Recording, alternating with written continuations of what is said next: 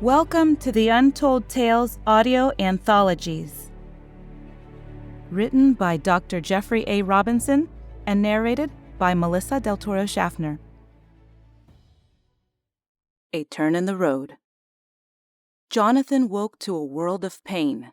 His whole head throbbed, and each pulse of his heart sent pounding waves of fire through his skull, as if it was about to explode. He opened his eyes, but the brief glimpse of light plunged needles of pain deep into his brain, and he squeezed his eyelids tightly shut once again. As he moaned softly in his agony, a cacophony of sounds swept over him.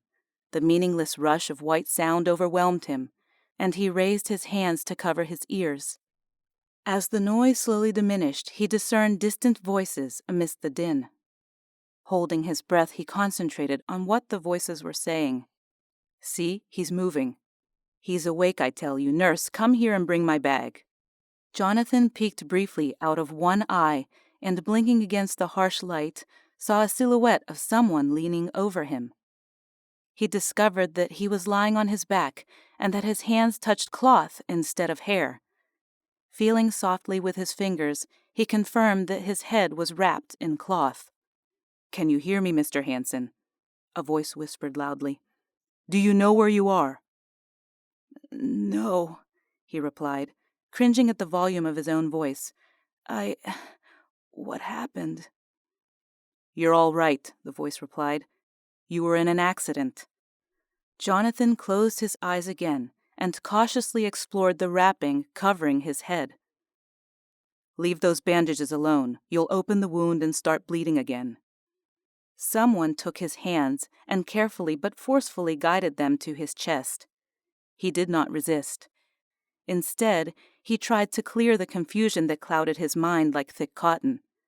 Simply staying alert enough to understand the unfamiliar voice took all his strength.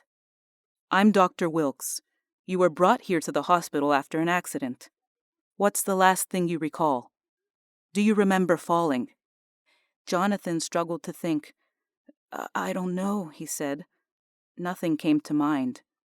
"No, wait. I was at the rally. He remembered the crowd in front of the courthouse, surrounded by the red, white, and blue banners that hung all around the town square. "I was covering the mayor's re-election speech. Everyone in town was there." "Yes, that's right. And what were you doing?"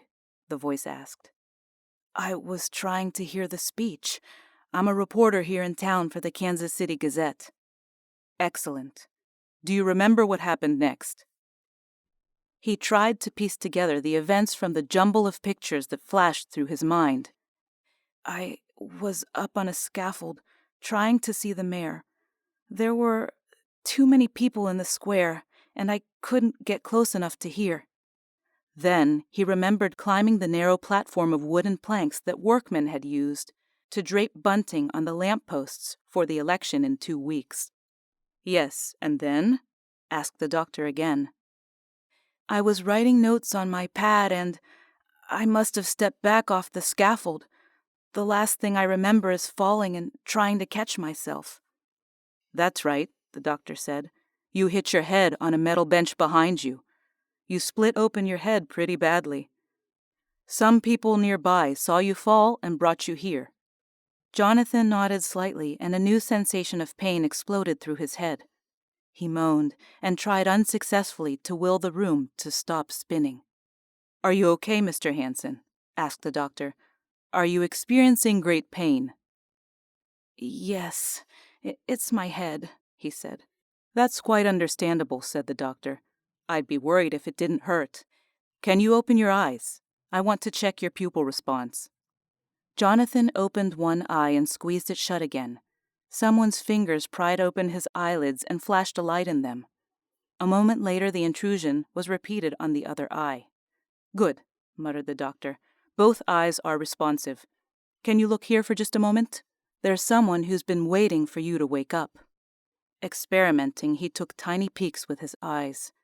With repeated effort, the light became more tolerable. Eventually, he distinguished blurry figures near his bed. Focusing on the nearest, he recognized a woman's face, a woman with long blonde hair.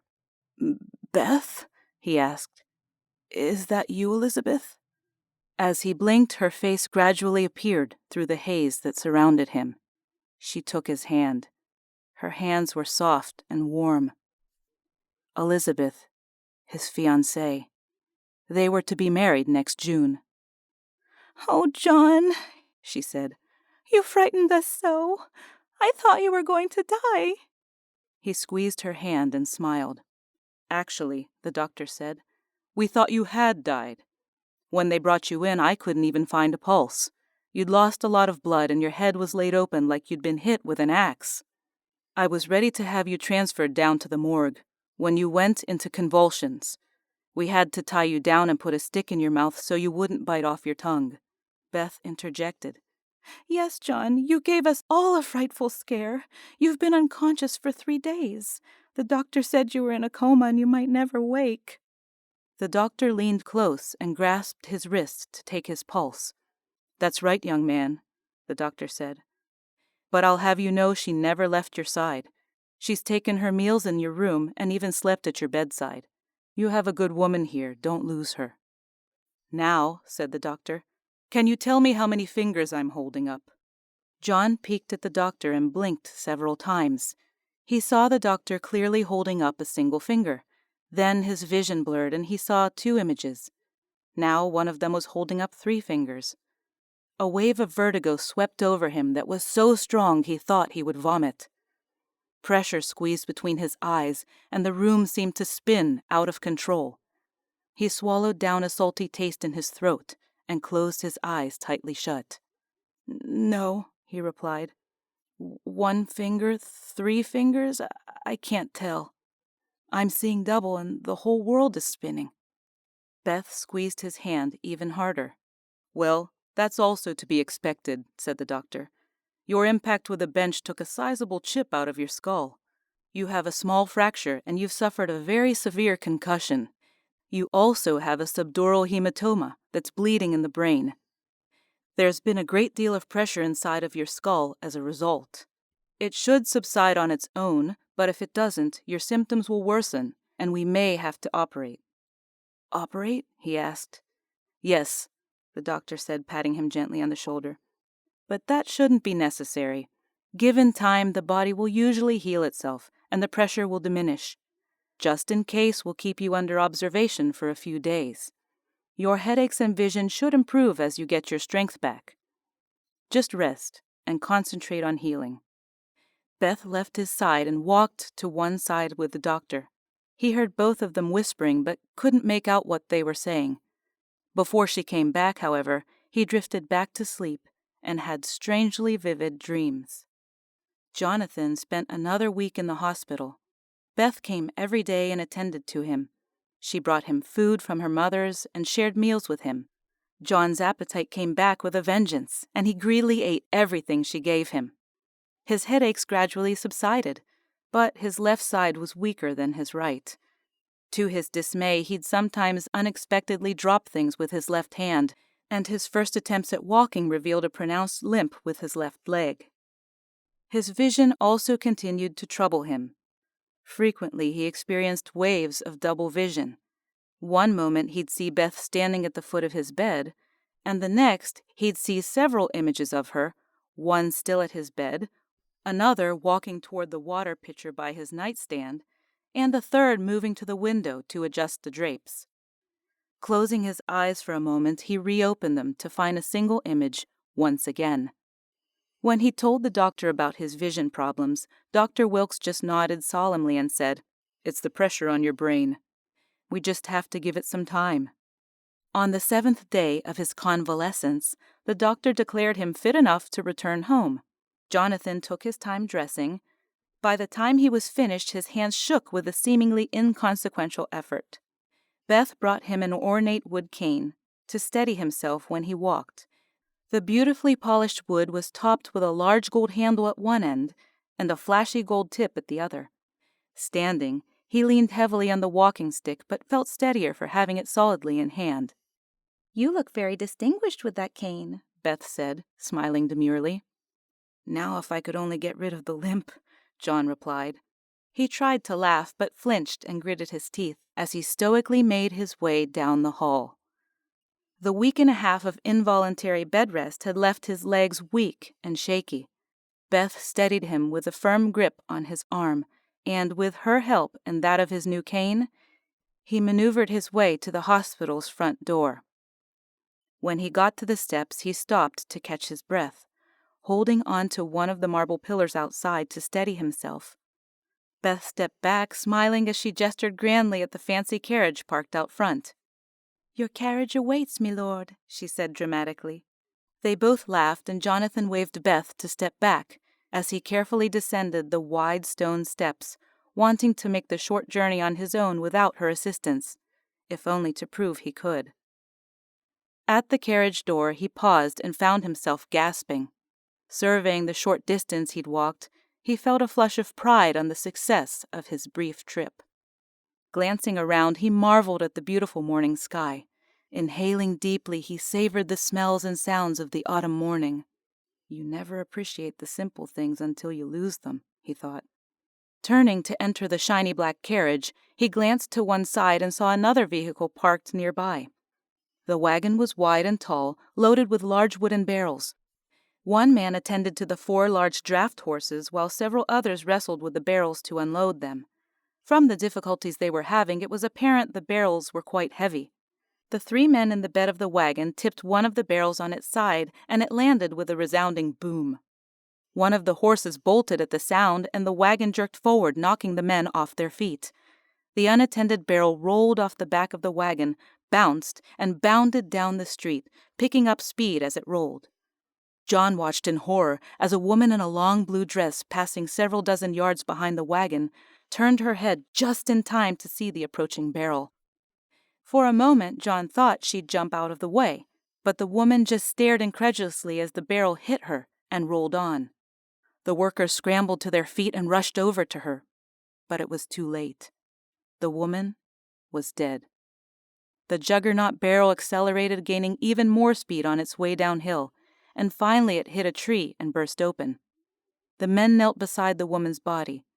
The youngest of the crew turned and began retching on the ground, after a mere glance at the mangled remains left by the rampaging barrel. John gaped in shock and grabbed the side of the coach as his vision blurred. The tableau progressed in silence. No one knew what to do.